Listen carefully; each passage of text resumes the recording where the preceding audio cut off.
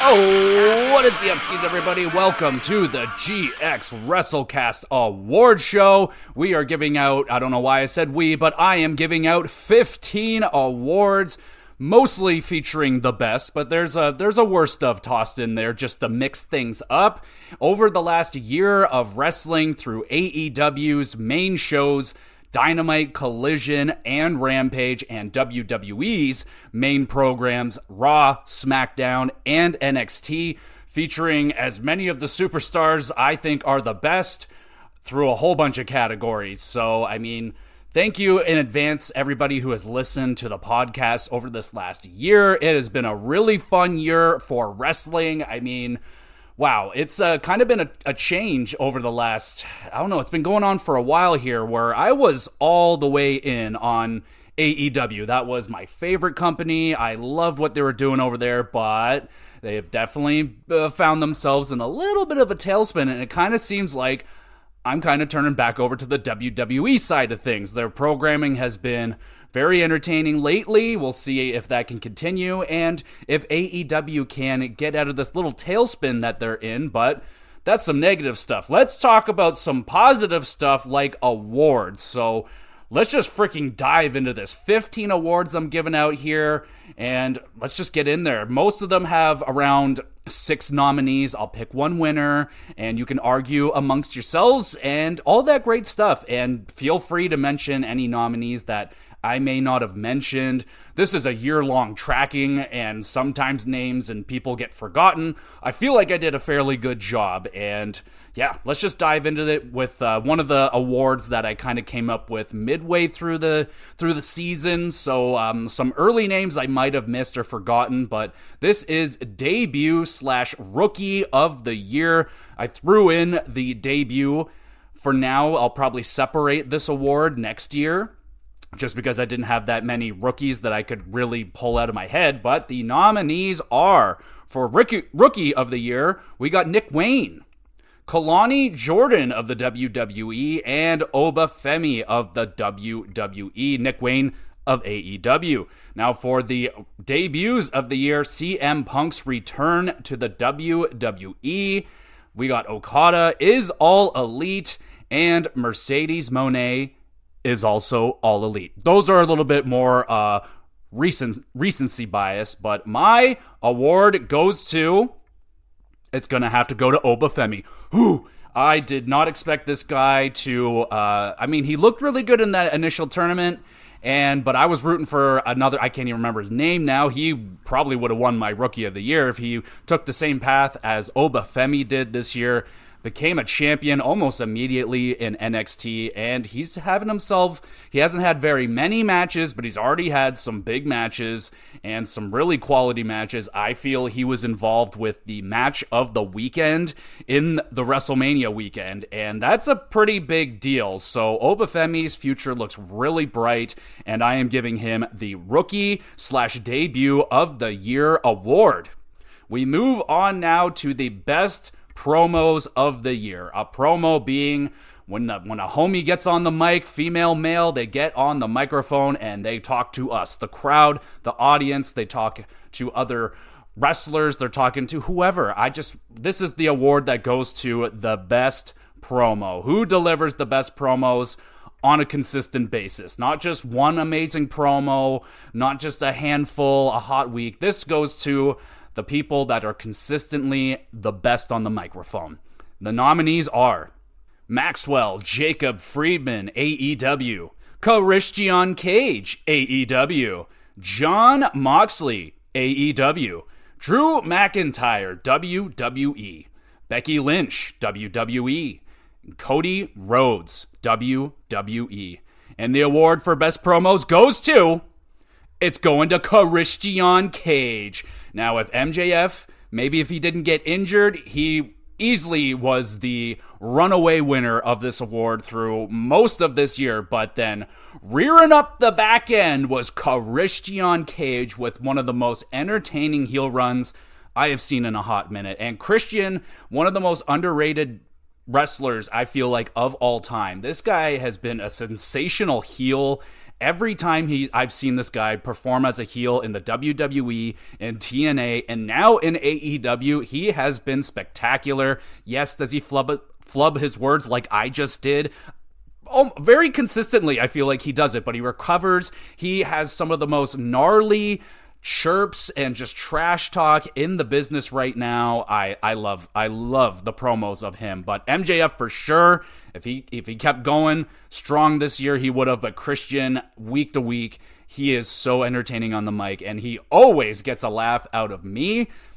There is best promos. We move on to the most improved wrestler of the year. The nominees are Trick Williams of NXT, Dom Mysterio of the WWE, Tiffany Stratton of the NXT, Julia Hart of AEW, Gunther of the WWE, and Braun Breaker, NXT/WWE. Yeah, no, I should probably just say WWE, but I put NXT on a little bit of a different platform. But anyway, the most improved award of the year, most improved wrestler of the year goes to... This is a tough one. I am going to give it to Dom Mysterio. I feel like, yeah, the easy pick here is probably Trick Williams, but yes, he has improved immensely as a superstar, but I feel like Dom Mysterio, the way that he can control a crowd right now, the reactions that he's getting out of crowds is some of the most consistently loud, and he barely has to do anything. Like, he has the crowds so in the palm of his hands right now. It is like watching a professional that has been doing this for 30, 40 freaking years. Like, it is really something to behold of what Dom Mysterio is doing at his age. Yes, his dad, Rey Mysterio, one of the greatest of all time, but I mean, yeah, he's probably learned from a lot from Rey Mysterio, but I don't know if Rey Mysterio was ever getting reactions as loud as Dom Mysterio is. I mean, yes, Rey Mysterio has never really been a heel unless you count WCW, but Dom Mysterio, not only is he got crowds in the palm of his hand, underratedly really good in the ring as well. Like, he obviously has a little bit of that Mysterio blood in him. He's a natural, man, and he has really, really impressed me with the year that he has had, and man, the sky is the limits with him right now. He's so young, and he is on a roll right now. He is in a position that he doesn't need a championship. Like, he is doing a spectacular job. I'm going to give him my most improved wrestler of the year. We move on now to the most underrated/underutilized wrestler of the year. The nominees are Brian Cage of AEW, Chad Gable of the WWE, Ivar of the Viking Raiders, WWE, Pete Dunne/Tyler Bate of the WWE, Ricochet of the WWE, and Selena Vega of the WWE. This is tough. This one's tough. I'm going with my gut. This is the one that I've been feeling all year long, and that is my man, Brian Cage. I would say Selena Vega, but she does get a lot of spotlight, getting pretty good positions, though I think they do not utilize her whatsoever for her wrestling abilities. I think she is fantastic in the ring, and we rarely get to see her show off her in-ring abilities, and she is incredible on the microphone. So I would love to see Selena Vega at some point go on a solo run or a nice run in the women's division. I can absolutely see Selena Vega as the champion and being a fantastic champion, especially if she's a heel.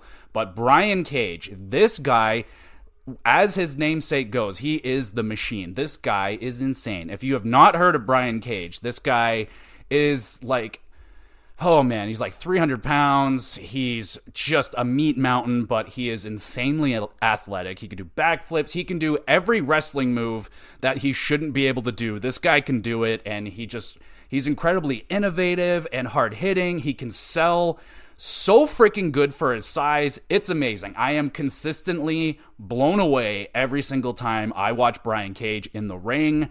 He's amazing, but that goes to say with every single person on this list. I mean, Ivar, he just recently got a kind of a new change of scenery, and I'm hoping that could be a really good situation for him. Chad Gable, he's had some opportunities, but I still think that guy is the closest thing to Kurt Angle that there's ever been. No one can be Kurt Angle, but holy shit, is Chad Gable ever freaking close. I can't ever see him being like WWE champion. It's just, I would love that, but man, it's got to go for Brian Cage for me. Watch this guy wrestle, and it's not that he's like, he gets matches, of course, in AEW. He's out there wrestling. Does he get very many wins? Definitely not for the size of this guy. I think with the ability of him, is he the best promo? That is definitely something that holds Brian Cage back. But recently, he's cut a few promos that I was very impressed with. I was like, those were fucking really good. So maybe it's the fact that they don't give him a lot of promo time. So I'm giving it to Brian Cage. That's my guy. Most underrated, underutilized wrestler of the year. Now we get to the Sweet Babyface of the Year Memorial Award. This goes to the Babyface of the Year. Babyface meaning good guy, good girl, a hero, stuff like that. So my nominees are Maxwell Jacob Friedman of the AEW. I don't know why I'm saying of the AEW. Cody Rhodes, WWE. Seth frickin' Rollins, WWE. Becky Lynch, WWE. LA Knight, WWE. And Trick Williams, NXT. So a little bit of a bias here. Maybe AEW might have a little bit of a problem creating some baby faces. But holy shit, did MJF ever have a hell of a run there as a baby face? And it's tight, man. It's really tight. Now, I'm taking into consideration the more white meat, if you will, babyface that you are. I'm giving you bonus points for that because that's extremely hard to pull off today. With that being said, the award for the Sweet Babyface of the Year goes to Maxwell Jacob Friedman. I am blown away at what this guy has done with this over-the-top babyface thing. I cannot and the crowds eat it up, and it's so freaking funny to me. It is just ridiculous. He is the kangaroo kick. It is just like, who in the world can get that over other than MJF? Like, that is one of the stupidest things I've ever seen. Like, forget the worm, forget stink face, forget shattered dreams. I love all those moves, by the way, but they're stupid. Rock the people's elbow. It's dumb, but this freaking kangaroo kick, it gets me every time. These insanely over-the-top promos, and a year ago, maybe not even, MJF was one of the biggest heels in the world, and the way that he has turned himself into one of the whitest meat baby faces since Hulk Hogan in the 80s, for goodness sakes, I'm beyond impressed. But yes, AEW, I think, knocked it out of the park with their baby face, but they need to do a better job, and I think a lot of that credit goes to MJF, of course. This guy can just own a crowd, man. He is incredibly impressive and hilarious, and I can't wait for him to come back. We're missing him over there in AEW. We move on now to the other side of this coin. It is the heel wrestler of the year. Heel meaning the bad guy, the villain, if you will. The nominees are Logan Paul of the WWE, Gunther slash Imperium, that whole thing of the WWE, Roman Reigns' bloodline of the WWE. We'll say Damian Priest's Judgment Day / Rhea Ripley's Judgment Day of the WWE, Drew McIntyre of the WWE, and Christian Cage of the Patriarchy. The award for Heel of the Year goes to, it is Christian Cage. Kind of similar situation to what I said about Christian in the heel portion of this award show. The things that this man says, there is no lines that he will cross. He will bring up your dead father, your dead, whatever is dead, he will figure out what is dead to you, and he'll drag it up and talk shit about it. And it's amazing, man. I fucking, I wouldn't say I'm getting shocked by the things that he's saying, but I'm going like, ooh, like, oh my goodness, like you would never hear this kind of stuff really in the WWE. Like, it's been a while. You're getting some really, really deep cuts, and Christian by far is just the biggest piece of shit. The way that they have built him up in AEW is like, he is the biggest heel, and whoever takes that guy down, I guess it was kind of Edge. They maybe wasted an opportunity there of having one of the biggest heels in the company and not having an up-and-coming babyface that isn't, 50-something on the back nine of his career, maybe an up-and-coming babyface to take down Christian Cage. But Christian's still way over the top mega heel. He's got this patriarchy now, this father of the year thing going on. Like, if you got a dead father, he's gonna just shit talk how bad your dad was, and then he'll claim, like, I'm your father now, and you're my kid, and you love me, and it's just endless entertainment for me. I am one of the biggest Christian Cage marks. I love this guy, big Edge and Christian person. But yeah, by far, if WWE, maybe this year, if the gloves are truly off and we're out of the PG era fully, I've kind of been seeing it a little bit. We're starting to see some more cutthroat promos out of the WWE and some more scumbag heels. But AEW's Christian Cage, my God, the biggest piece of shit in the in wrestling right now. He's been fantastic in all the best ways, of course. I don't think he's an actual piece of shit, but man, does he play a good one on TV. We move on now to the next award. This goes to, well, I'm not going to give it out before I tell you what it is, of course. It's the best gimmick of the year. Best gimmick meaning your gimmick. What are you about? What's your thing? What are you doing every week? What do people know you for? What's your character and stuff like that? Okay, makes sense? The nominees are Eddie Kingston, the King of the Bums, AEW.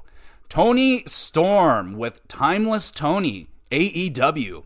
Rhea Ripley with Mommy, WWE. Christian Cage making another appearance with the Father of the Year, AEW. Orange Cassidy with just Orange Cassidy. I don't really know what to call it. AEW. MJF. Maxwell Jacob Friedman with the over-the-top babyface gimmick, AEW. And the award for the best gimmick goes to, for I believe the second year in a row, the award goes to Orange Cassidy of AEW for his Too Cool for School, his Matthew McConaughey portrayal in the ring, whatever he wants to call it. It is, I love it. I still love it. From day one, I was like, what is this? I love it. It is so fresh. It is so unique. There is nothing like this guy. He fights with his hands in his pockets for the most part. He has just this relentless, when his hands come out of the pockets, look the fuck out. This guy is also one of the most explosive wrestlers in the ring when he's in oh my God, do they ever work this poor guy to the bone? And that's become a part of his gimmick as well. Like, he sells injuries, of course, but he just doesn't stop. Injuries won't stop him, and he just always defending the champion. I mean, Orange Cassidy is a gimmick that, I don't want him to leave AEW, but if he went to WWE, this gimmick would be, I think it might be one of the best. It could be gold, like insane gold, or it could be an absolute disaster. But I love Orange Cassidy. I love what he's doing. He doesn't have to change it up that much because it's so entertaining, and he can turn it on a dime. If he gets really into a hardcore type of feud, he can get really intense too. Like, I love this guy. He's too cool, and I'm pretty damn sure I gave it to him last year. I'm giving it to him again. Orange Cassidy, best gimmick in the business. We move on now to the feud of the year, the rivalry of the year, and the nominees are Swerve Strickland versus Adam Page, AEW. Carmelo Hayes versus Trick Williams, NXT, WWE. Cody Rhodes versus the Bloodline, Roman Reigns, WWE. Bayley versus Damage Control, WWE. Jon Moxley versus Orange Cassidy, AEW. And Drew McIntyre versus Seth frickin' Rollins, WWE. And the award for Feud of the Year goes to Swerve Strickland versus Adam Page, AEW. One of the most vicious rivalries. Their matches were hard to watch. At times, they were just damn near killing each other, and I think it was the death match that they had this year that had every type of weaponry. It was horrific, but what an incredible story, and this rivalry has truly reignited Hangman, who, when he gets into his slumps, he can go pretty invisible, but when someone can draw out the fire out of Hangman, he is one of the best in the business, and Swerve pulls it out of him, and these guys have had outstanding matches. Was it the longest feud? No, but what they did with their time was vicious, violent, and memorable. My goodness. Check out some of these matches that these guys have. If death matches are your thing, if you don't like blood, well, then you might want to avoid the Strickland versus Page feud entirely then, because it was a bloody one. We move on now to a award I had a little bit of trouble finding nominees because there's just not that many female tag team wrestlers out there. So my nominees for female tag team of the year goes to, it's Damage Control, the Kabuki Warriors, WWE, Piper and Chelsea Green of the WWE, Chance and Carter of the WWE/NXT, Willow Nightingale and Chris Statlander of AEW, and the award goes to Damage Control, the Kabuki Warriors, Kairi Sane, and Asuka. Sadly, there just hasn't been a lot of consistency lately with either company's women's division, especially AEW's tag team division, women's wise. I don't believe they even have a belt or anything like that. And clearly, if they did, I don't even know that it's there. So yeah, there's not much of a women's tag team division in AEW over there. They have Statlander and Willow, there's more like stables and stuff like that over there. But in the WWE this year, the women's tag team titles have gained itself a little curse. Most of the people that have held that title end up getting injured. A couple of them walked out of the company completely. One of them is back now. But yeah, there hasn't been a long, great track record so far. But lately, there's been a couple of up and rising teams like Chance and Carter. But Damage Control, the Kabuki Warriors, they've done a great job as the tag team so far. I really wanted to give it to Chance and Carter, but their title reign was very short and sweet, and I was just kind of heartbroken by that because they were just getting going. So hopefully I can give them the award next year. We move on now to the male tag team of the year. The nominees are the Creed brothers of NXT, possibly WWE. We got the Judgment Day, Damian Priest and Finn Balor, WWE. Blackpool Combat Club, mostly Jon Moxley and Claudio Castagnoli. Got FTR, Cash Wheeler and Dax Harwood. The Wolf Dogs, oh wait, FTR, that's AEW. And BCC, that's also AEW. And then finally, the Wolf Dogs, Braun Breaker and Baron Corbin, NXT. The award for male tag team of the year goes to the Creed brothers. Wow. I love these guys. They are, for me, like just the most talented tag team in the world right now. These guys are super innovative. They're so strong and fast, and my goodness, they have outstanding matches on a regular basis. Julius can, like both of these guys, Brutus as well, go on just some of the wildest hot tags. Julius is just some of the moves that this guy can pull off. These guys are insanely athletic and they're big. Brutus is big, but they can both do like backflips and stuff. They got just a really innovative tag team offense going on over there, and they can have a great match, as far as I can tell, with any tag team that you throw at them. They're going to have a banger of the match. I am so sad that they weren't in that six-pack ladder match at WrestleMania. I was hoping they were going to be in there and steal the entire show because they are beyond capable of doing that, and they generally just do it in general because they're so freaking good. If you have not seen the Creed Bros, you're probably going to see a lot of them this year on the main roster. I imagine they're going to get drafted up, and they're going to shake the tag team division up, which is actually really strong right now in the WWE. So I'm hoping those two make a big splash, but they are my tag team, male tag team of the year. We move now to the female wrestler of the year. Our nominees are Chris Statlander of AEW, Tony Storm of AEW, Rhea Ripley of WWE, Io Sky of WWE, Tiffany Stratton of NXT, WWE, Bayley of WWE, and the award for Female Wrestler of the Year goes to Rhea Ripley of the WWE. She has just been outstanding in the Judgment Day. I call her the leader, though they don't really like to call out a leader of the Judgment Day. For me, she's been the leader. And on the side of that, she's doing like things with Dom Mysterio also, which has been outstanding. And of course, she's been the champion for like a year now. And I'm not gonna lie, when she initially, like, her NXT run was excellent. It got crushed by an injury, but then she came up and I was like, she is going to change this freaking company around. And then Charlotte Flair squashed her basically, and I was like, oh fuck, she's toast. And then she went through a lull, but she came back, and this is the best Rhea Ripley ever. She is so good at everything, and even like the little things that you may not be seeing on TV. She is by far one of the most interactive wrestlers I have ever seen with the crowds. Like behind the scenes, on TV, she is yapping with the crowds. She is interacting with young fans and making permanent memories with them. Trust me.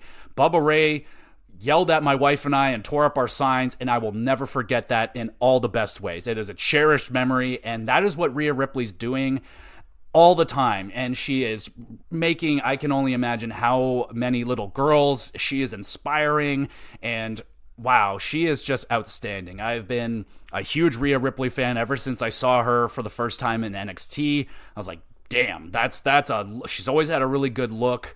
And now she is like really, really hit her stride. She is beyond just confident. Her matches, for the most part, I feel like it's maybe not always the best opponent quality, but she can always put on a good match. Sometimes her matches are a little bit disappointing for sure. But in terms of what she has done for Judgment Day and really kind of this band of not going to call them misfits, but maybe missed opportunities, missed potential, not quite reaching it yet with the people of the Judgment Day. You got Rhea Ripley and Damian Priest and Finn Balor that had kind of been struggling, and this Judgment Day has revitalized Finn Balor. It has really boosted up Damian Priest, who is now the world champion. Rhea Ripley is the women's world champion, and Dom Mysterio is just one of the most entertaining guys in the company. And goddamn. And Rhea Ripley is a big part of all of that. So she is my female wrestler of the year. But really big shout out to Tiffany Stratton. She is all these women, honestly. Bayley was a close, probably second place with this one, with the work that she has done with Damage Control as a heel and then finally flipping as the babyface. What a talent Bayley is. She is so good at both ends of that spectrum. Heel, babyface, whatever you throw at Bayley, she's going to crush it, and she's going to crush it as the champion. And maybe next year she gets my female wrestler of the year, but it goes to Rhea Ripples for this year. Now we go to the male wrestler of the year. The nominees are Orange Cassidy, AEW, Jon Moxley, AEW, Ilya Dragunov, NXT, Swerve Strickland, AEW, Bryan Danielson, AEW, Gunther, WWE, Seth frickin' Rollins, WWE. Male Wrestler of the Year goes to Ilya Dragunov, NXT. This guy maybe should be in the most underrated as well, but he is getting his flowers, obviously. He is the NXT champion, but I don't feel like people talk about this guy enough. I have never seen him have a bad match. Every match he puts every single ounce of himself in that ring. He leaves nothing behind ever, period. This guy is an animal, an absolute animal. He crushes it in every aspect in the ring. It doesn't matter what you throw at him. Technical submissions, he can high fly. He will beat the fucking shit out of you. It doesn't matter. Ilya Dragunov is an animal in the ring. He is in numerous of my favorite matches of the year, And yeah, man, I want to give this guy his flowers. He deserves it. He is my champion. I was so happy when he finally got the NXT championship. I am hoping at some point he and Gunther meet again in the WWE and they can really show the world what the fuck Ilya Dragunov and Gunther can do, because I've seen those two fight each other. It is going to be amazing. But Ilya Dragunov is my male wrestler of the year. We move on now to the pay-per-view / PLE, I guess, of the year. Your nominees are AEW Forbidden Door, WWE's SummerSlam, AEW All in Wembley, AEW All Out, just All Out, NXT No Mercy, AEW Full Gear, AEW Revolution, and WrestleMania 40 Night 2. The pay-per-view of the year goes to AEW Forbidden Door. Big ol' bonus points because Eyes was theirs. Eyes was theirs live, and it was fucking unbelievable. By far the most electric crowd that I have been a part of at a wrestling show. When the Kenny Omega match, like when Homie kicked out of the One-Winged Angel, I zero control of my body, exploded out of my seat, and I had a Beatlemania moment where I just screamed and just went fucking insane. And everybody in that building was going crazy. And if you can experience a pay-per-view live, it just boosts up everything. And it was an incredible show with a lot of awesome wrestling matches involved in that night. But goddamn, that was my favorite pay-per-view of the year. Big bonus because I was there. That was a huge part of why it was my favorite. I feel like it very probably was going to be my favorite regardless. It is the highest rated pay-per-view of the year, and no one's really close. It is the only one that scored over a 9, and I gave Forbidden Door a 9.5. Out of 10, there was a handful of 8.5s. All in Wembley, I probably could bump that up to a 9, considering just the sheer insanity that AEW got that fucking Wembley sold out. That's amazing. Hopefully they can do that again. The All Out as well, very good. AEW's pay-per-views are superb when it comes to wrestling, not so good when it comes to pacing. So they can kind of figure that one out and get back to these 9.5, 8.5s, because lately they've been going down in quality because of the rough pacing that they've been dealing with. So, but it's still AEW's Forbidden Door. That was the best pay-per-view I've seen this year. One of the best I've ever seen. You're seeing just dream match after dream match. It was amazing. So if you can only check out one pay-per-view, that's my recommendation. And now, before we get to the coup de grace, the matches of the year, we're going to be doing a top 10. We'll do a top 10, but I'm going to shout out a bunch of matches as well. Let's do the worst matches of the year. I was only able to record a few of them because I don't tend to score matches if they're not good, but I score every match when it comes to pay-per-views. So these were the worst matches that I saw on pay-per-views. So the worst match nominees of the year go to Natalya versus Rhea Ripley at Night of Champions. I don't know what the fuck was going on that night, but that was a rough one for Rhea. We have that was WWE. We have Jeff Hardy versus Jeff Jarrett, the Texas Chainsaw match on Dynamite. Oh, and then finally, I had to add this one in, but Jimmy Uso versus Jey Uso at WrestleMania 40. Woof. The worst match of the year goes to Jeff Hardy versus Jeff Jarrett, Texas Chainsaw match. What a fucking shit show that match was.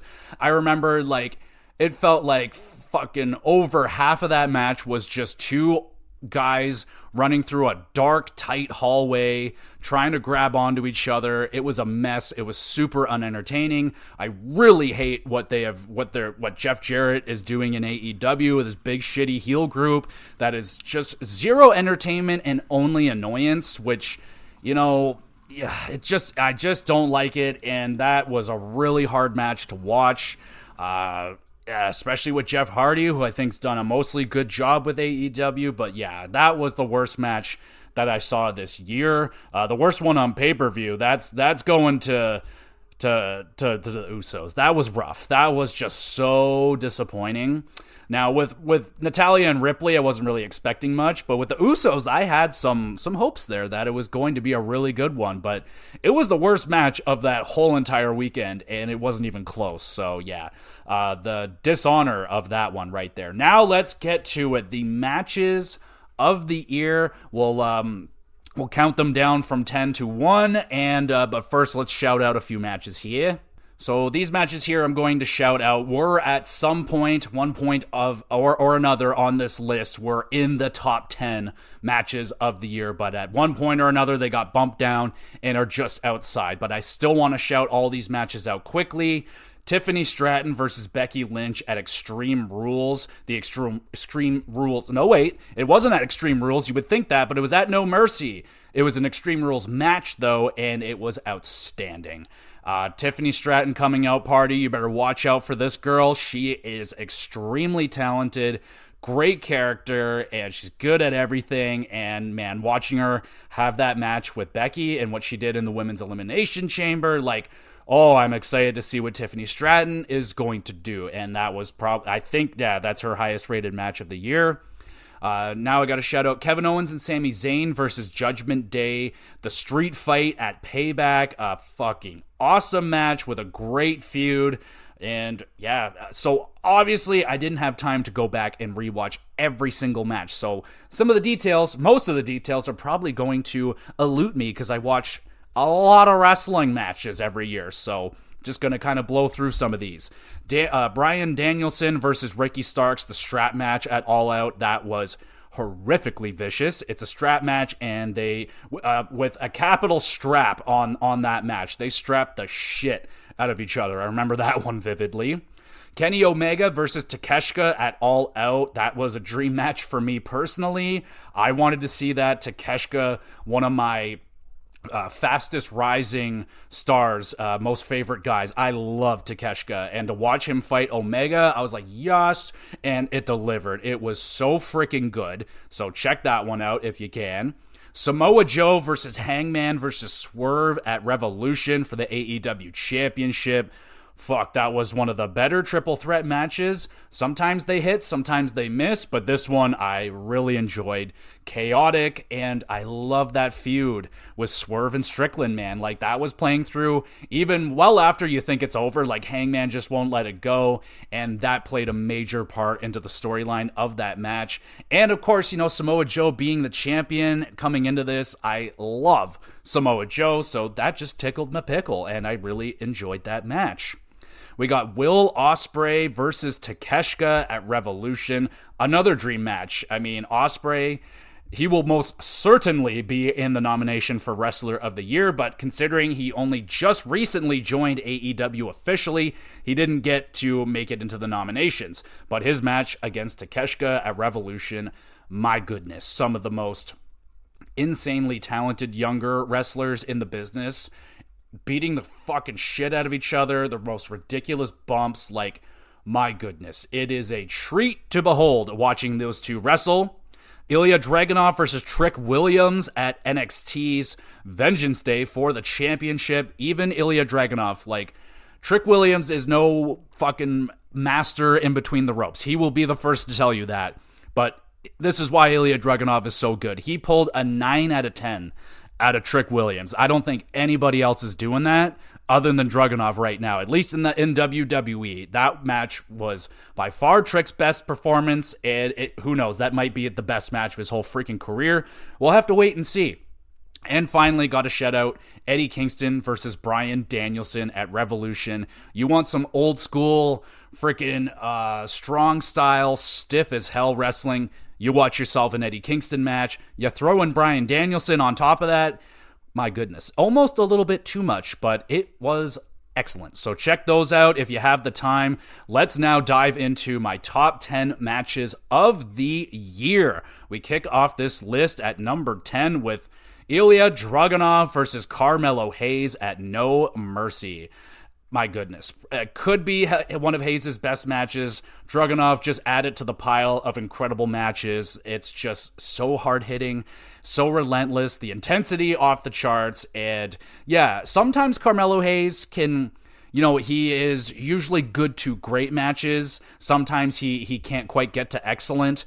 But Ilya Dragunov is that little push more to excellent. And an excellent match it was.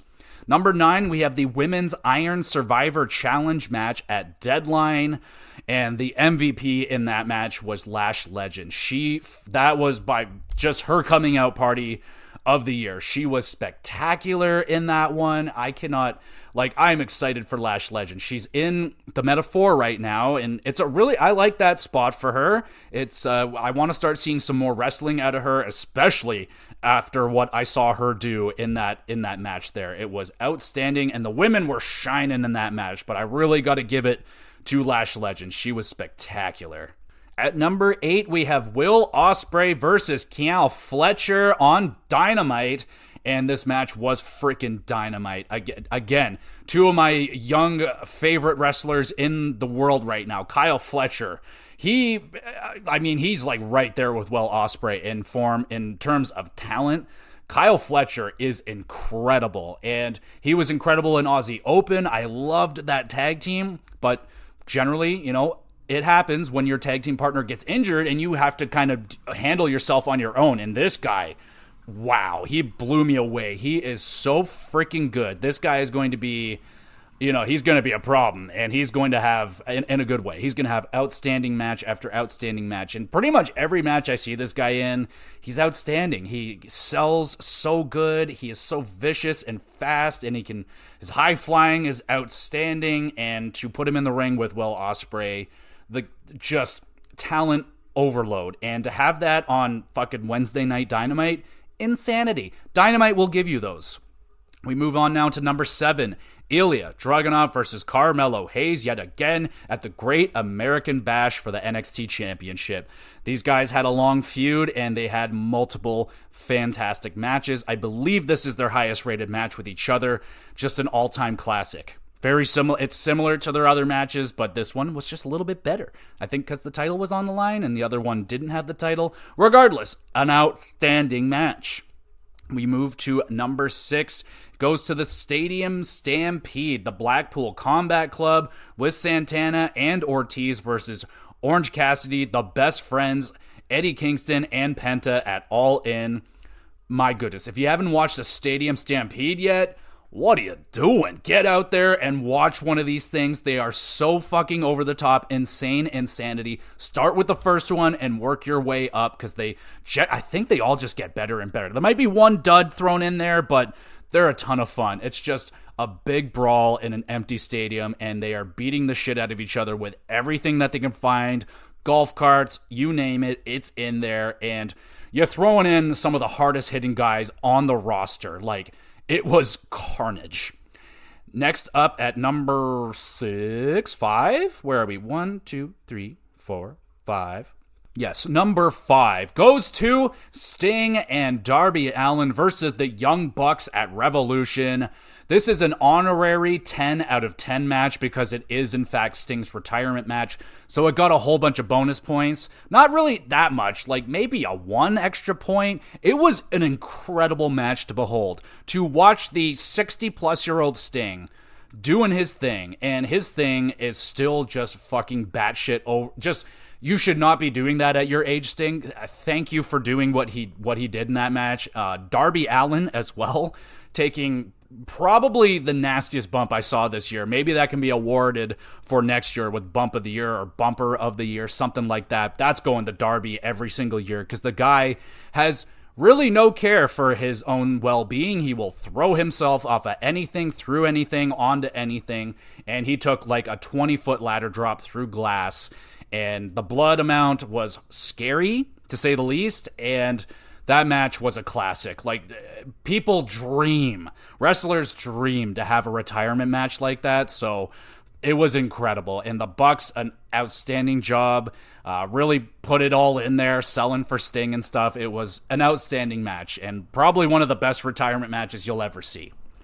Next up, number 4, we have Ilya Dragunov versus Dijak in the last man standing match at Battleground. So all these matches from here on out are 10 out of 10s. These are not, I can't call any of these perfect, but these are 10 out of 10 matches. Ilya Dragunov versus Dijak. Dijak, I think, won my most underrated. He probably should have won it again this year, but they do use him a lot now, and it's just the fact that they haven't put a title on the guy yet, which is like, come on, what are you doing? And, they teased me so bad at fucking Mania weekend about it. They know. They are aware what they have with Dijak. This guy's insanely talented, and to put him in there with Dragunov, like, when I saw these two were going to go at it, I was like, this is going to be amazing, and it delivered, and some. This match was fucking outstanding. I love both of those guys. Dragunov and Dijak, man, amazing. Next up, number 3, the top 3 matches of the year. Number 3 goes to Swerve Strickland versus Hangman. That horrific, destructive, damn near hard to watch Texas death match at Full Gear.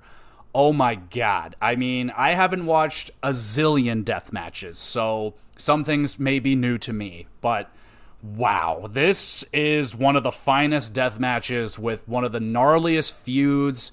So much blood, man. Swerve lost. I don't even know how he was alive. I think the fucking guy wrestled the next day. Like, I don't even know how that was possible. One of the most gnarly death matches I have ever seen. Every form of weaponry and some. It was just insane. Check it out. Number 2 goes to... we see what I did there? Orange Cassidy versus Jon Moxley All Out International Championship match. Wow. This one was so fucking good, man. Jon Moxley and Orange Cassidy, I feel, are the two biggest, strongest pillars of AEW. Jon Moxley, the biggest acquisition that they brought in. People may look at Jericho, but, he's definitely fallen off since his debut. Moxley's been rock solid day one till now. He is insane. Same goes with Orange Cassidy, and he's more of a homegrown. I don't know if he came from anywhere first, but he's been there day one, and he has been nothing but a consistent, amazing champion. And to have these two battle it out for the championship was epic. And the clash of styles, one of the most entertaining freaking things. Jon Moxley, one of the most hard-nosed, tough as fucking nails guy you'll ever see, and then Orange Cassidy, just this no fucks given, kind of goofing around, and to watch these two clash, like, wow, it was magical. Just an outstanding match. Check that one out. The two pillars I feel in AEW clashing, just an all-timer. And my match of the year goes to Kenny Omega versus Will Ospreay, Forbidden Door. This match made me cream my shorts. I was going crazy.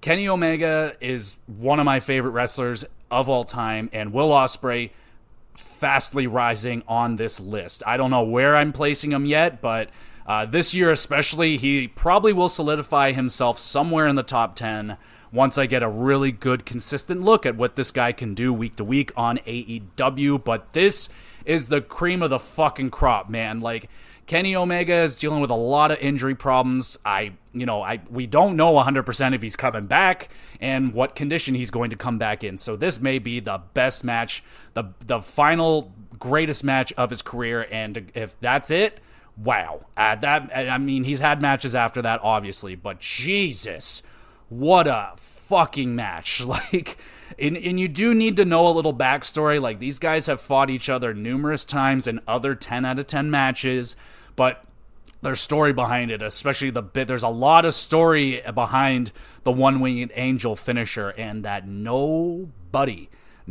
kicks out of the one-winged angel. And just watch that match. Watch all their matches, because they're all 10 out of 10s. These guys have some of the greatest chemistry.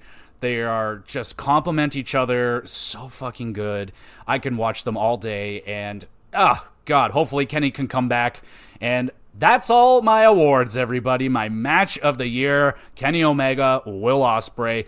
10 out of 10, and you guys have been 10 out of 10 for listening to this podcast. Thank you so much, everyone, for listening. Another successful year. That's 2 years now of the wrestling, the GX WrestleCast, recapping all the AEW and WWE shows. It has been a ton of fun. Here's to another year of wrestling, and it just seems like wrestling is back on the rise, like higher than it's ever. It's just, we're in a great spot right now with wrestling. AEW maybe not so much, but at least in terms of WWE, things look great. Great. And I have not said that about the WWE in a freaking long time, a very, very long time. I have been sold so many bags of goods that turned out to be just sacks of shit from the WWE. How many times have we heard the Attitude Era is back? Like dozens of times. But this time more than ever, now that McMahon, it really feels like he's gone this time, we're in for some fucking good years here, folks. So if you want to stick around with this podcast, I'd appreciate it. I'd love that. I would love to be the one to keep you informed on the week-to-week basis, because not everybody can keep up with it. Fuck, I can barely keep up with it, but I'm doing my best over here. And let me know what people would have won the awards. Who's your favorite wrestler? Who's your wrestler of the year? What was your favorite match? What's your favorite pay-per-view? All that stuff. Let me know. Send in emails. I got the Twitter. I got a YouTube channel where I upload all of these videos. You can watch them over there. Drop a comment in the comment section. I will read your question, shout you out on the podcast, answer it. It would be so much fun. I'll list out your lists, all that stuff. It'll just be a lot of fun. Interact with the podcast, have some fun. Email address there if you want to have a private conversation. Of course, that is available for you as well. And yeah, in terms of what else is going on with the GX Plus cast this week, going to be doing the wrestling recap, of course, with the fallout of WrestleMania. It has been a crazy week in wrestling so far for both companies, honestly. So yeah, stay in tune for the recaps. They're going to be wild. In terms of the Hockey Cast, playoffs are right around the fucking corner, baby. So it is going to get wild over there. I think we may be in for one of the wildest first rounds we've had in a little bit. So it's going to be a lot of fun. Going to start doing predictions and all that stuff once we're getting close to playoffs getting set up here. So we can start doing predictions and finishing up the regular season stuff. And with the GamerCast, I just did my top 13 favorite indie games as of today anyway. That list will probably change in a few weeks, but it doesn't matter. It's a fun conversation and a fun episode, so you can go listen to that one as well. In terms of for the next GamerCast, I'm hoping maybe Yakuza Like a Dragon, but don't know 100% just yet, so keep an eye out on Twitter and all that great stuff. And again, as always, thank you so much for listening. It's actually a really nice day here in Canada for once. Still a little cold, but that's okay. I'm used to it, so hopefully it's a nice day wherever you're at. Hopefully you're listening to this in a good state, doing some fun stuff, maybe not working and doing chores and shit, but maybe just enjoying yourself. But anyway, hopefully the podcast is helping you out. Thank you so much for listening, and you can help me out even more by liking it, rating it, telling everybody about it, all that stuff. And we will be back. I will be back with some more GX Plus Cast.